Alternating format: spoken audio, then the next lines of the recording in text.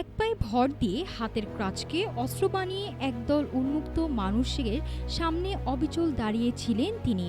উদ্দেশ্য নিজের প্রাণের চেয়ে প্রিয় মসজিদ রক্ষা করা। নেপালের রওতাহাট জেলার বাসিন্দা ৩২ বছর বয়সী শেখ রহেমুল্লাহর এই অসীম সাহসিকতার ভিডিও চলতি বছরের জানুয়ারিতে নাড়া দেয় বিশ্বজুড়ে লাখো মানুষের হৃদয়। সেই সাহসিকতায় শেষ পর্যন্ত তার জন্য খুলে দিল পরম কাঙ্ক্ষিত এক দরজা। কোনোদিন স্বপ্নেও যা ভাবেননি, গত ৫ আগস্ট সেই অসম্ভবই সত্য হলো রহেমুল্লাহর জীবনে। সৌদি দাতাদের সৌজন্যে মা বাবাকে নিয়ে উমরা পালন করতে তিনি পৌঁছে যান পবিত্র নগরী মক্কায়। সৌদি সফরে তাদের সঙ্গী হন ভারতীয় তরুণ কন্টেন্ট নির্মাতা মোহাম্মদ রাফি। তিনি জানান, উমরা পালনের পাশাপাশি মক্কা ও মদিনার মানুষের আন্তরিক আতিথেয়তায় অভিভূত রহেমুল্লাহ ও তার পরিবার।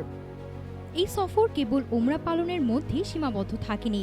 রহেমুল্লাহর হারানো পায়ের জন্য কৃত্রিম অঙ্গ দেওয়ার দায়িত্ব নিয়েছে বাদার অ্যাসোসিয়েশন। এর মাধ্যমেই জীবনের এক নতুন আশার আলো খুঁজে পেলেন তিনি। উমরা পালন শেষে গত ১৪ আগস্ট মক্কা মদিনার অবিস্মরণীয় স্মৃতি, তার অশেষ কৃতজ্ঞতা বুকে নিয়ে নেপালে ফিরেছেন রহেমুল্লাহ। ধৈর্য, দৃঢ়তা আর ঈমানের এই অনন্য প্রতীক হয়তো আজীবন অনুপ্রাণিত করবে বিশ্ববাসীকে। নাফসা সামিয়া, ঢাকা টুডে।